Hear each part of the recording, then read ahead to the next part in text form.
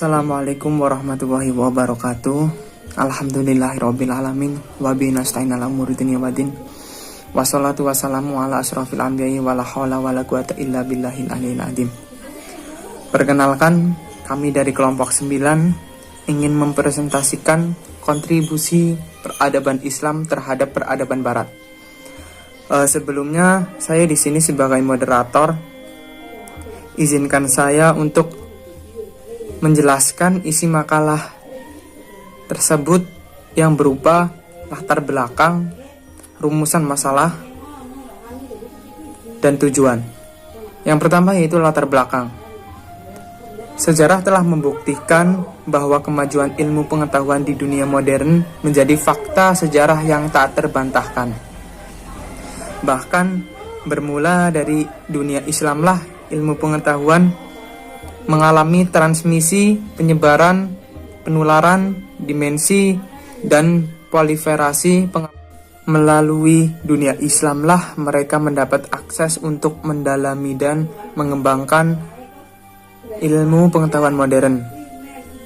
Islam juga hadir di tengah kerasnya peradaban jahiliyah. Akan tetapi, untuk selanjutnya, Islam mampu bermetamorfosa menyebar hampir ke seluruh penjuru dunia. Dalam perkembangan peradaban dunia, memang Islam tidak dilepaskan dari perkembangannya sejak dari zaman Rasulullah SAW sampai sekarang pun. Islam banyak memberi kontribusi terhadap dunia. Dari zaman Rasulullah, Islam merubah peradaban yang ada di Jaziriyah Arab, dan sampai sekarang kita masih dapat merasakan nikmat dari perubahan peradaban yang dibawa Islam. Ajaran Islam yang telah tersebar di berbagai penjuru dunia selama berabad-abad tentunya meninggalkan tinta emas dan torehan positif berupa hasanah keilmuan bagi peradaban dunia. Meskipun tidak ada lagi kekuasaan Islam secara mutlak, secara historis Islam telah memainkan peran yang signifikan dalam perkembangan beberapa aspek pada peradaban dunia.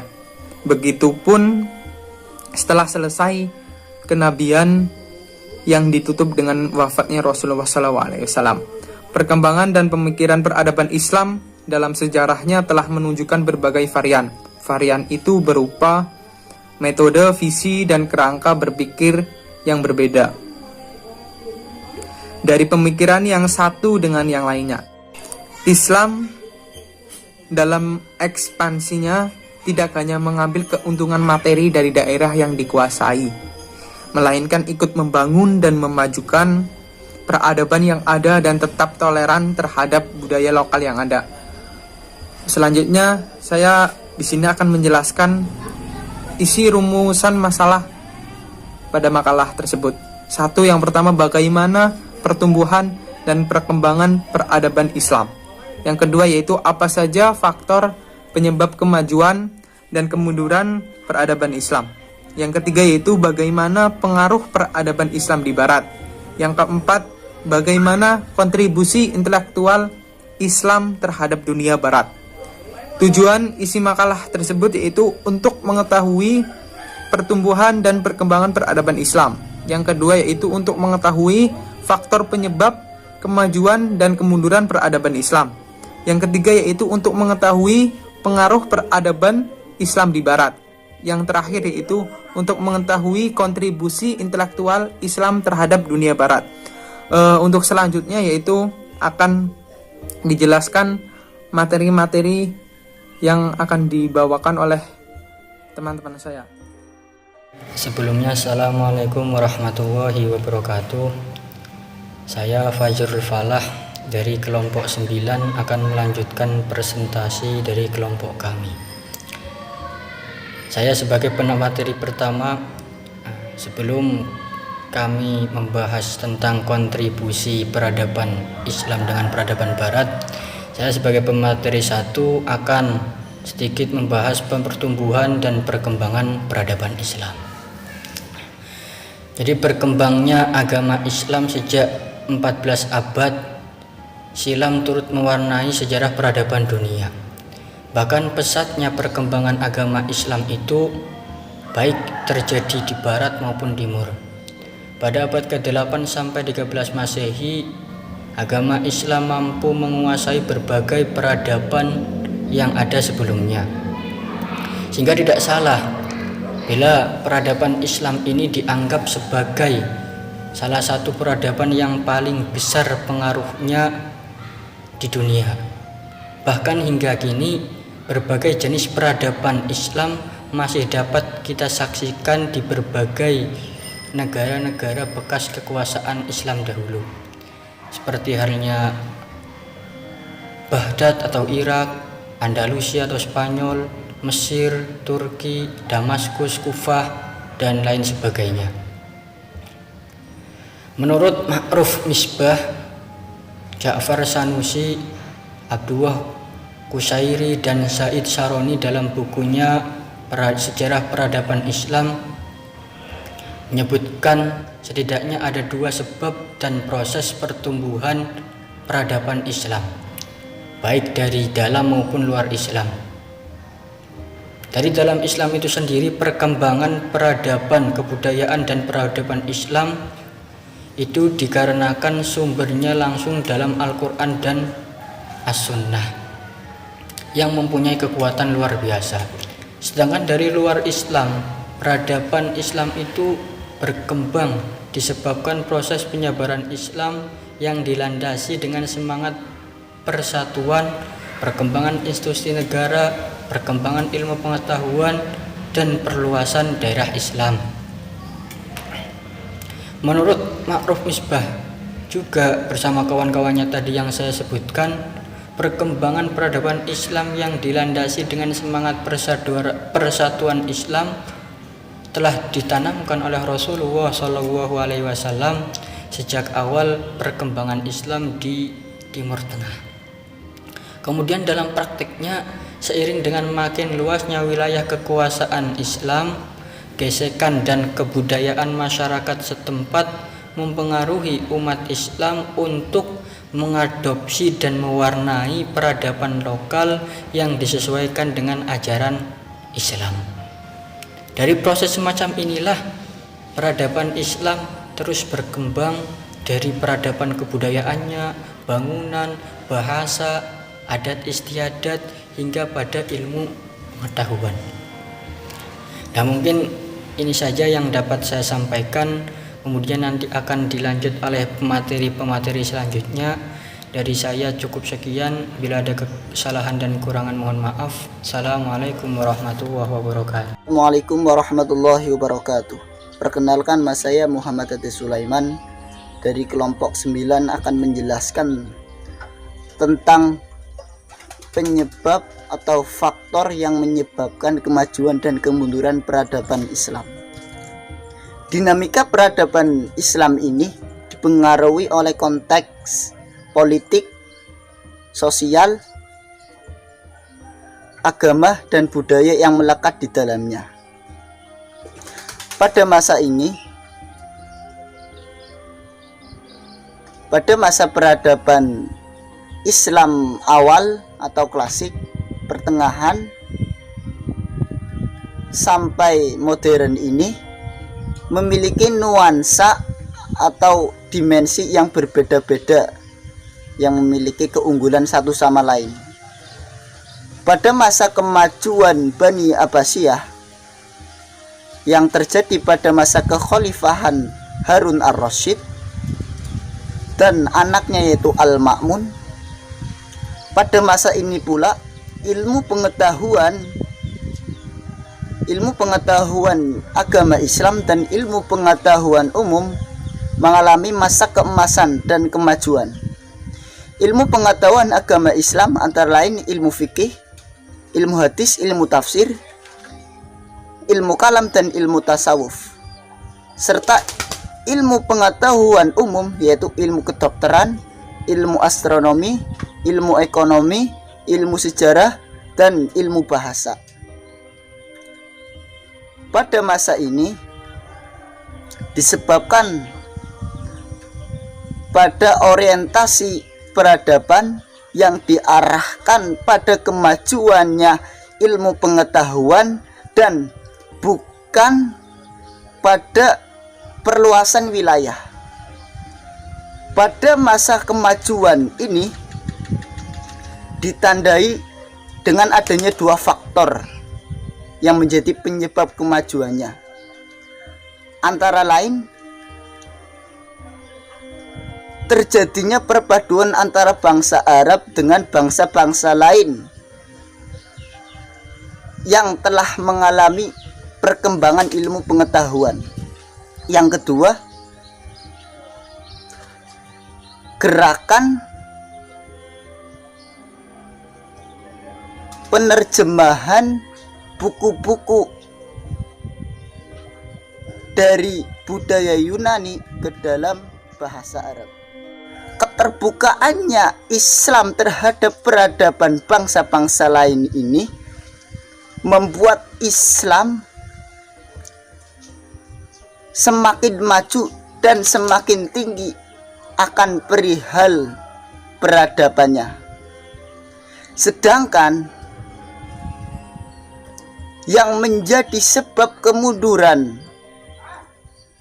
peradaban Islam ini ditandai dengan adanya kehancuran dan perpecahan di kalangan umat yang menyebabkan peradaban Islam mundur dari panggung peradaban dunia. Di Spanyol, faktor yang menyebabkan Islam mundur dari panggung peradaban dunia ini antara lain, yang pertama yaitu adanya konflik antara penguasa Islam dengan penguasa Kristen. Yang kedua yaitu tidak adanya ideologi pemersatunya. Seperti di Indonesia ada ideologi pemersatunya yaitu Pancasila. Yang ketiga yaitu kesulitannya keekonomian.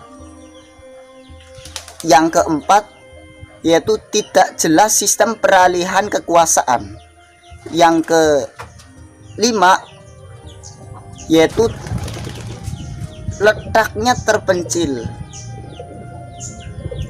dari pusat wilayah dunia Islam yang lain. Cukup sekian, apabila ada kesalahan, kekurangan, mohon maaf sebesar-besarnya. Wallahul muwaffiq ila aqwamit thoriq. Wassalamualaikum warahmatullahi wabarakatuh. Bismillahirrahmanirrahim. Assalamualaikum warahmatullahi wabarakatuh. Perkenalkan, nama saya Puput Susia Marwati dari kelompok 9. Di sini saya sebagai pemateri 4 yang akan menjelaskan sedikit tentang pengaruh peradaban Islam di Barat. Ilmu pengetahuan Islam pada mulanya berkembang di daratan Eropa, yaitu Toledo, Cordova, Sevilla, dan di negeri Andalusia. Kemudian mengalir ke negara-negara Barat lewat kaum terpelajar Barat. Mereka menerjemahkan buku karangan umat Islam ke dalam bahasa Barat.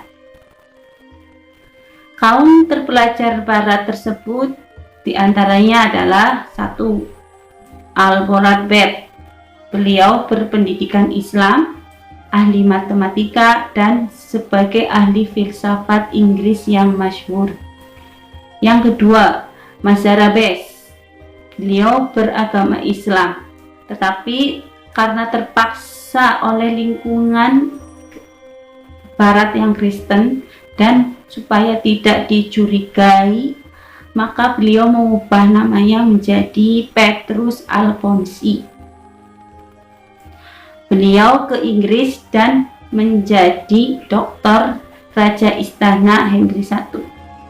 Beliau juga membuka perguruan tinggi yang di sana beliau juga mengajarkan pengetahuan Islam.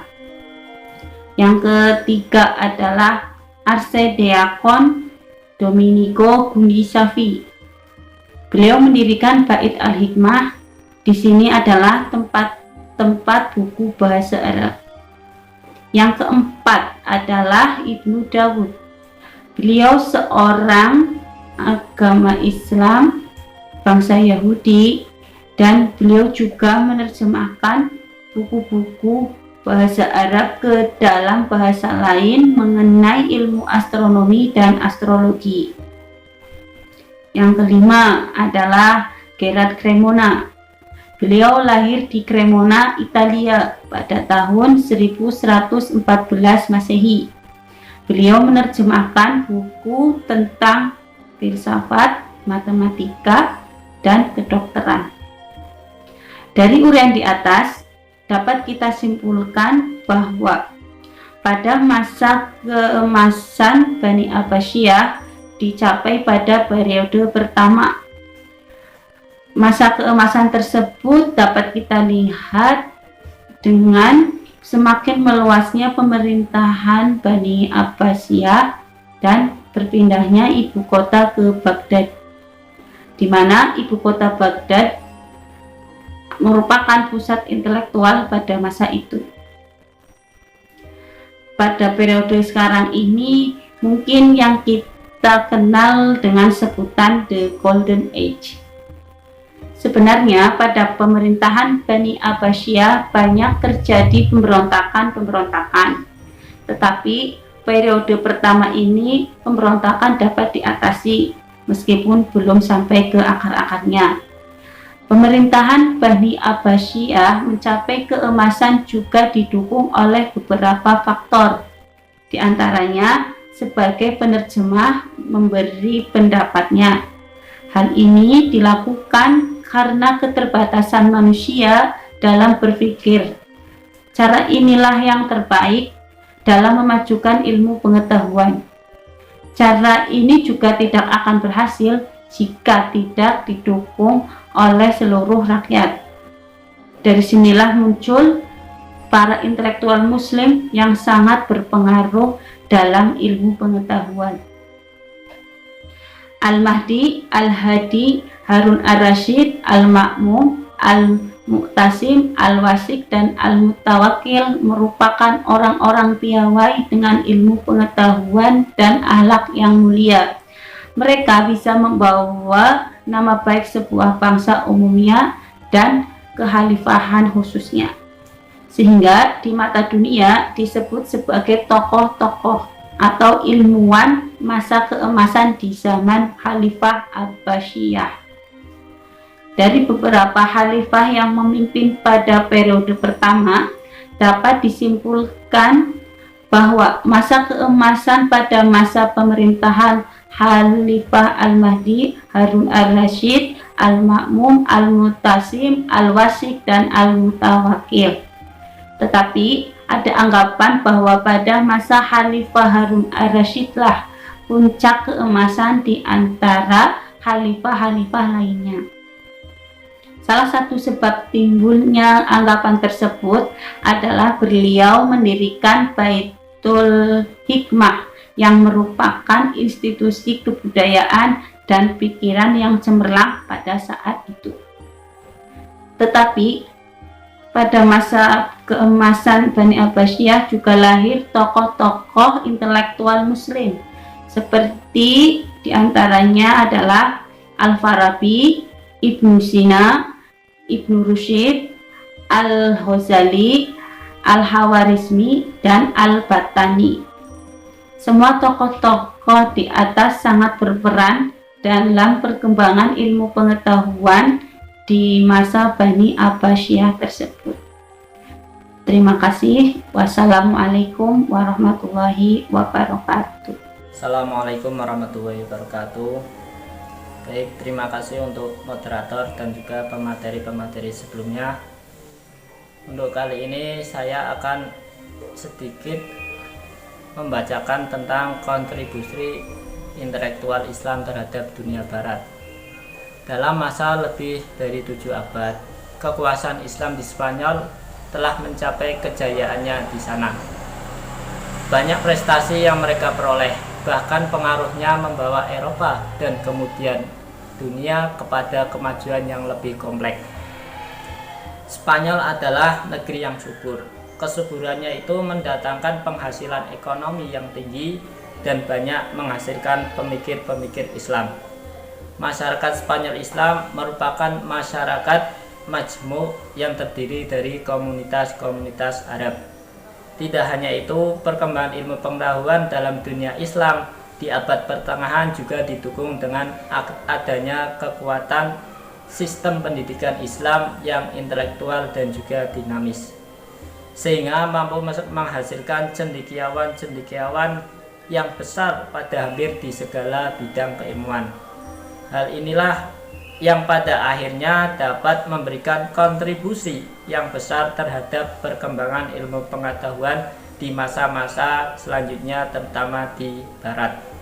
Di samping itu, dinamika yang demikian masih terbungkus dengan akhlak Islami yang diperlihatkan. Perkembangan ilmu pengetahuan yang dihasilkan oleh para ilmuwan Muslim telah melahirkan berbagai karya besar di berbagai bidang keilmuan, yang mana telah menjadi referensi bagi ilmuwan Barat pada masa selanjutnya. Di antara kontribusi intelektual Islam atas dunia Barat di bidang intelektual ialah yang pertama, kontribusi filsafat. Islam di Spanyol telah mencatat satu lembaran budaya yang sangat brilian dalam bentang sejarah Islam. Ia berperan sebagai jembatan penyeberangan yang dilalui ilmu pengetahuan. Yunani Arab datang ke Eropa pada abad ke-12. Minat terhadap filsafat dan ilmu pengetahuan mulai dikembangkan pada abad ke-9 Masehi. Atas inisiatif Al-Hakam, karya-karya ilmiah dan filosofis diimpor dari timur dalam jumlah besar, sehingga Cordova dengan perpustakaan dan universitasnya mampu menyaingi Baghdad sebagai pasar utama ilmu pengetahuan di dunia Islam. Apa yang dilakukan oleh para pemimpin dinasti Bani Umayyah di Spanyol ini merupakan persiapan untuk melahirkan filosof-filosof besar pada masa yang akan datang. Tokoh utama pertama dalam filsafat Arab Spanyol adalah Abu Bakar Muhammad Ibnu As-Sayyib yang lebih dikenal dengan sebutan Ibnu Bajjah. Beliau lahir di Saragossa. Kemudian beliau meninggal karena keracunan di Fez tahun 1938 Masehi dalam usia yang sangat muda. Tokoh utama kedua adalah Abu Bakar Ibnu Tufail. Beliau penduduk asli Wadi Ash, sebuah dusun kecil di sebelah timur Granada, dan beliau wafat pada usia lanjut pada tahun 1985 Masehi. Beliau banyak menulis masalah kedokteran, astronomi, dan juga filsafat. Di antara karya filsafatnya ialah terkenal dengan Hai Ibnu Yakzan. Bagian akhir abad ke-12 Masehi menjadi saksi munculnya pengikut Aristoteles yang terbesar di gelanggang filsafat dalam Islam, yaitu Ibnu Rushd dari Cordova. Beliau lahir pada tahun 926 Masehi dan juga meninggal pada tahun 998 Masehi. Ciri khasnya ialah kecermatan dalam menggeluti masalah-masalah menahun tentang keserasian filsafat dan agama. Dia juga ahli fikih dengan karyanya yaitu Bidayatul Mujtahid. Karya-karya Imam Rusdi yang terkenal adalah Mabadil Falasifah, Tafsir Urjuza, dan yang lain-lain. Untuk kontribusi yang kedua yaitu kontribusi di dalam sains. Ilmu-ilmu kedokteran, musik, astronomi, dan yang lain-lain juga berkembang dengan baik. Abbas Ibnu Farmas termasuk dalam ilmu kimia dan astronomi. Ibrahim dan Ibnu Yahya An-Naqas terkenal dalam ilmu astronomi. Ia dapat menentukan waktu terjadinya gerhana matahari dan juga menentukan berapa lamanya. Ia juga berhasil membuat teropong modern yang bisa menunjukkan antara tata surya dan juga bintang. Ahmad Ibnu Ibbas dari Cordova adalah ahli dalam bidang obat-obatan.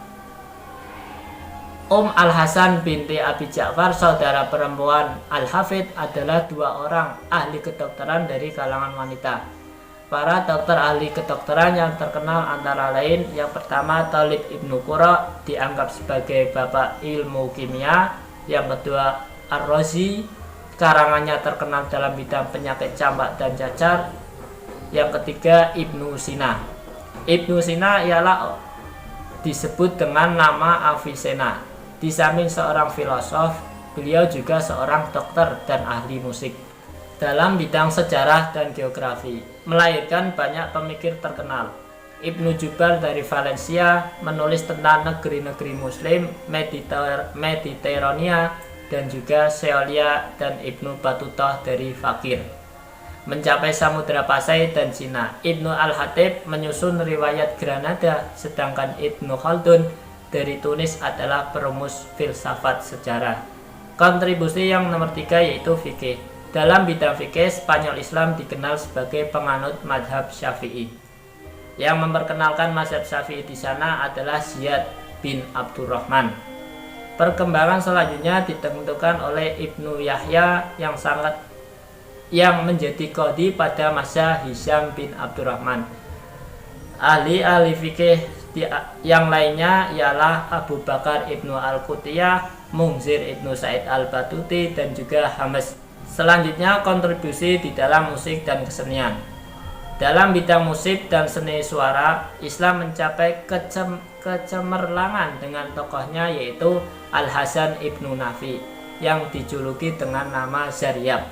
Setiap kali diselenggarakan pertemuan dan jamuan, Zaryab selalu tampil dan mempertunjukkan kebolehannya.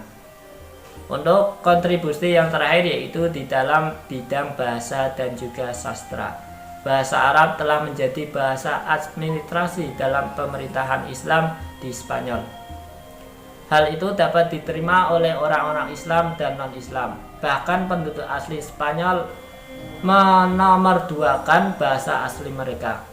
Juga banyak yang lahir dan mahir dalam bahasa Arab, baik keterampilan berbicara maupun tata bahasa, seperti Abu Ali Asyibili, Abu Hasan Ibnu Usfur, dan juga Abu Hayyan Al-Hatami.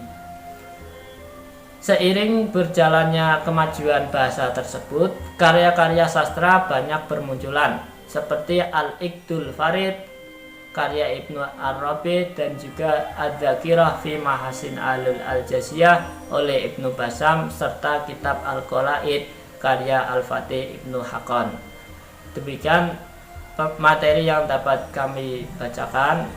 Selanjutnya akan disimpulkan oleh pemateri selanjutnya. Terima kasih. Assalamualaikum warahmatullahi wabarakatuh. Perkenalkan, nama saya Wasiah dari Prodi BGMI. Di sini saya akan menyimpulkan dari kelompok 9, yaitu mengenai kontribusi peradaban Islam terhadap peradaban Barat. Kesimpulan yang pertama yaitu perkembangan agama Islam pada abad ke-14 telah turut mewarnai sejarah peradaban dunia. Bahkan pesatnya perkembangan Islam dari barat dan timur membuat peradaban Islam dianggap sebagai peradaban yang memiliki pengaruh yang sangat besar. Yang kedua, yaitu kemajuan ini disebabkan oleh orientasi peradaban yang diarahkan pada kemajuan ilmu pengetahuan dan bukan pada ekspansi perluasan wilayah. Kemajuan Islam pada masa ini ditentukan oleh dua faktor. Yang pertama yaitu terjadinya asimilasi antara bangsa Arab dengan bangsa-bangsa lain. yang mengalami perkembangan ilmu pengetahuan dan adanya pergerakan penerjemahan buku-buku kebudayaan Yunani ke dalam bahasa Arab. Yang ketiga yaitu ilmu pengetahuan Islam pada mulanya berkembang hanya di daratan Eropa, yaitu seperti Toledo, Cordova, Sevilla, di negeri Andalusia, kemudian mengalir ke negara-negara barat melalui kaum terpelajar barat. Yang keempat yaitu adanya kontribusi intelektual Islam atas dunia barat di bidang intelektual, antara lain yang pertama seperti filsafat, sains, fikih, musik, kesenian, dan lain sebagainya. Demikian kesimpulan dari kelompok 9. Tentunya kami memiliki banyak kelemahan dan kekurangan. Kami juga mohon maaf atas segala keterbatasan dari makalah ini. Akhirul kalam, wassalamualaikum warahmatullahi wabarakatuh.